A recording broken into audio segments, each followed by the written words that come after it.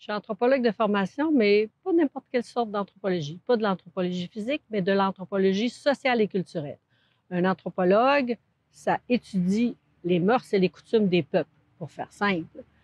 Personnellement, je suis une anthropologue spécialiste de la culture québécoise et je m'intéresse très particulièrement au milieu défavorisé et à la culture populaire. Alors, on comprendra qu'ici, j'ai choisi le cimetière Saint-Charles pour plusieurs raisons, mais entre autres parce qu'il était situé en basse-ville, alors que tous les autres cimetières jardins sont en haute-ville.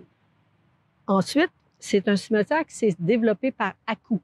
Donc, on peut voir toute l'évolution des styles architecturaux. On s'en va jusqu'en 1914 avec des stèles qui sont à la verticale. Ensuite, on arrive en 1945, les grandes stèles à l'horizontale. Ensuite, avant la révolution rituelle de Vatican II, là, on voit les stèles qui sont beaucoup plus colorées. Et moi, j'espérais trouver des traces de la culture populaire ici, par opposition à la culture savante du cimetière Belmont, qui était mon point de comparaison. Puis évidemment, j'oublie de vous dire que le cimetière Saint-Charles, ici, la vieille partie, c'est l'œuvre de Charles Baillarger, partie à la française, partie à l'anglaise.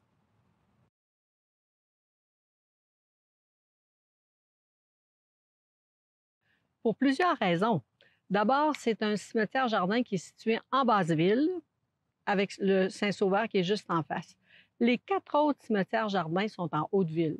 On parle du cimetière du Mont-Hermune, édifié en 1848, le Saint-Patrick 1879, 1859 le Belmont et, est-ce que j'en oublie un, le Sillery 1855. On dit Saint-Michel de Sillery ici à Québec. Alors déjà, je voulais étudier un cimetière jardin en basse-ville, bien, c'est le seul qu'il y a.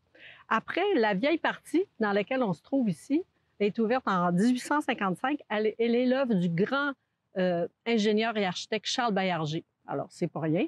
Et lui, il a tracé des sections ici à la française qui sont symétriques et rigoureuses, puis d'autres sections à l'anglaise qu'on peut voir ici, des ronds-points et puis des boucles et puis une façon de faire des sentiers sinueux. D'abord, dans la liste des donateurs des 14 stations du chemin de croix qui a été érigée ici en 1889. Imaginez des confréries de dévotion comme les membres de la Bonne Mort qui s'engageaient à visiter des agonisants et assister à leur enterrement. Ensuite, dans l'homogénéité des 120 statues et des 60 statuettes, je les ai toutes étudiées. Bien, croyez-le ou non, on trouve au Saint-Charles seulement des anges, des Vierges Marie, des Jésus en Sacré-Cœur, des pleureuses, quelques Joseph, Sainte-Anne puis la Sainte Famille. C'est tout à fait représentatif des statues qui étaient placées dans les églises du sud-ouest du Québec à compter du 19e siècle.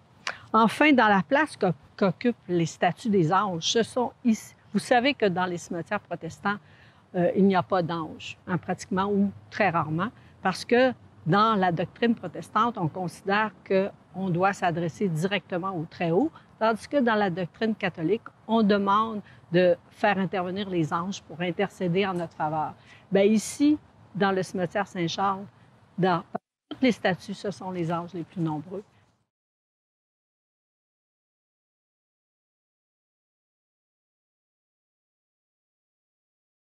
C'est très difficile de choisir parce que la variété architecturale des ouvrages funéraires ici au Saint-Charles est tout à fait comparable aux ouvrages qu'il y a dans le cimetière Belmont.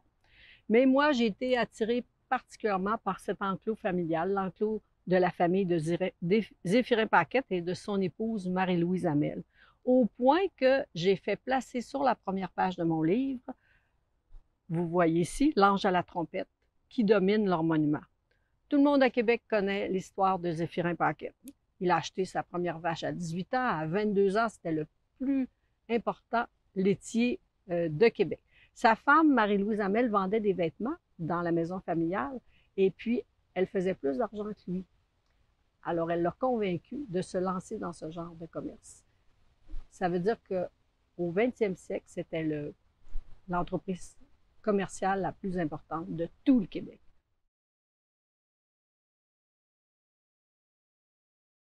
Ce monument ici au cimetière, il est d'inspiration néo-gothique.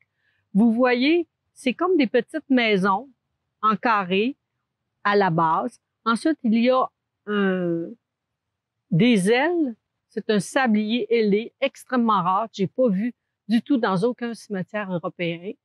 Ensuite, vous voyez ces petites colonnettes, il y en a 8, rouge vermillon, qui soutiennent des pinacles et un baldaquin, et enfin l'ange dont on parlait tantôt. Ce qui est extraordinaire dans ce monument, c'est la dalle en marbre qui recouvre le caveau familial. Eh bien, c'est une véritable page d'histoire lorsqu'on analyse chacun des prénoms qu'il y a sur cette dalle. On peut tout de suite constater la règle de transmission du prénom d'un enfant mort en bas âge au suivant. Ainsi, on va voir Joseph Arthur qui est mort à 3 mois. L'enfant suivant, ça va être Joseph Arthur aussi, qui de toute façon est décédé lui aussi. Caroline qui est morte et tout de suite sa sœur qui la suit sera appelée Caroline. C'est important parce que cette tradition de donner le nom d'un enfant mort au Québec, c'est particulier. En Acadie francophone, c'est un interdit. On ne ferait jamais ça. Alors, c'est pour vous dire à quel point j'ai étudié longtemps ce monument. C'était vraiment appréciable, tout ce qu'il m'a appris.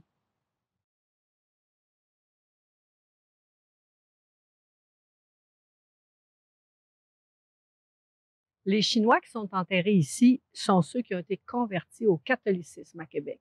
Beaucoup d'autres n'ont pas été convertis et ils sont surtout au Mont Hermund, le cimetière protestant. Les écritures sur leurs pierres tombales révèlent la présence d'un très grand nombre de célibataires parce que les Chinois qui venaient ici n'avaient pas l'intention d'y rester. Ils voulaient retourner dans leur pays, faire le culte des ancêtres. Un petit nombre de femmes chinoises et quelques hommes mariés avec des femmes québécoises.